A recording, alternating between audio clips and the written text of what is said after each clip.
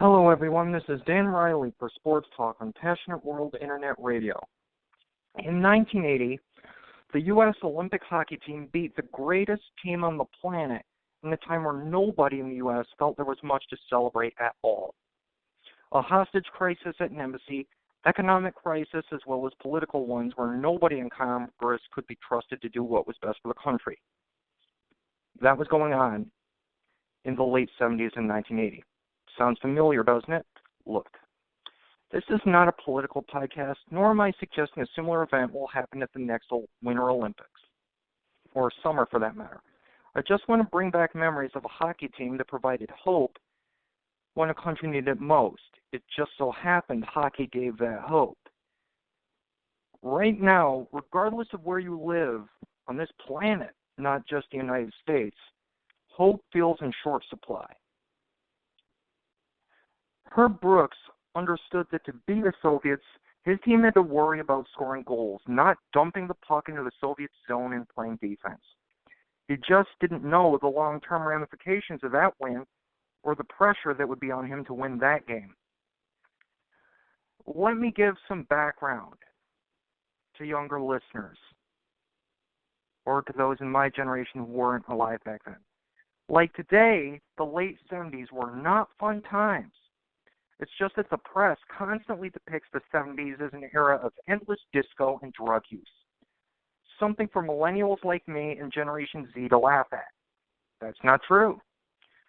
Something to remember considering too many of us, regardless of background, feel there's nothing to laugh at, let alone celebrate right now. People had to wait in impossibly long lines to fill up their cars.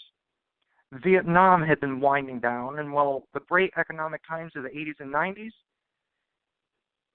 in 1980, people would have laughed you out of the room if you were to suggest to them that was coming. Hockey, well, the U.S., like now, was not the powerhouse Canada and the Russians were, and still are. The U.S. had a long history of being embarrassed in the Olympics in Canada's national pastime. Nobody felt good about a bunch of college kids suiting up to take on the Russians that year against grown men. Nowadays, hockey is rarely discussed outside the original 6 cities of the NHL here in the States. It was the same thing back then.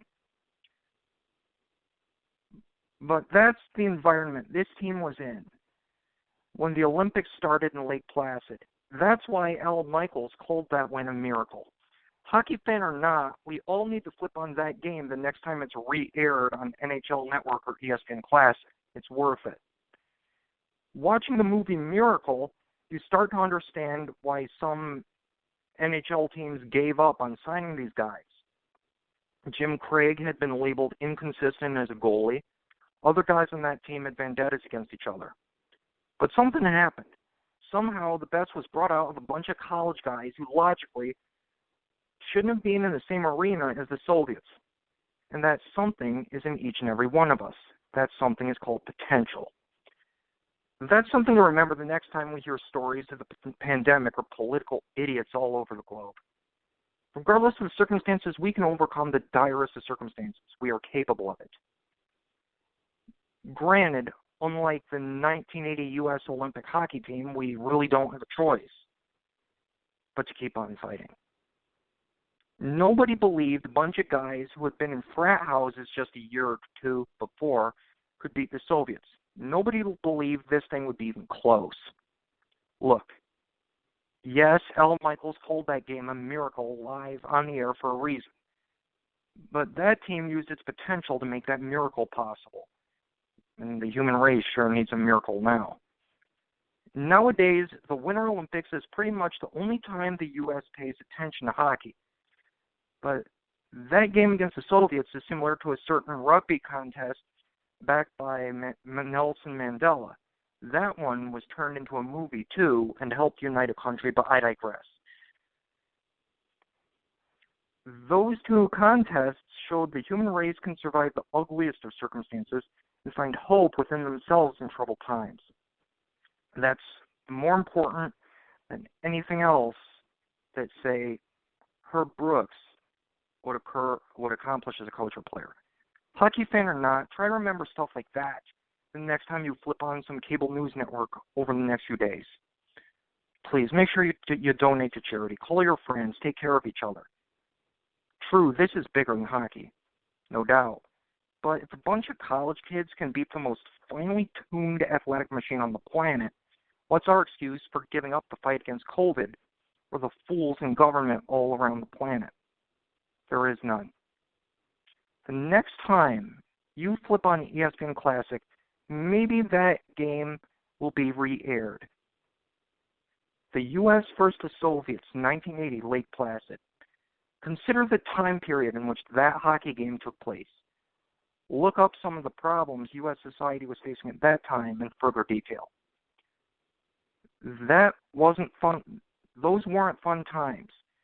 Neither are the days the entire human race is in now.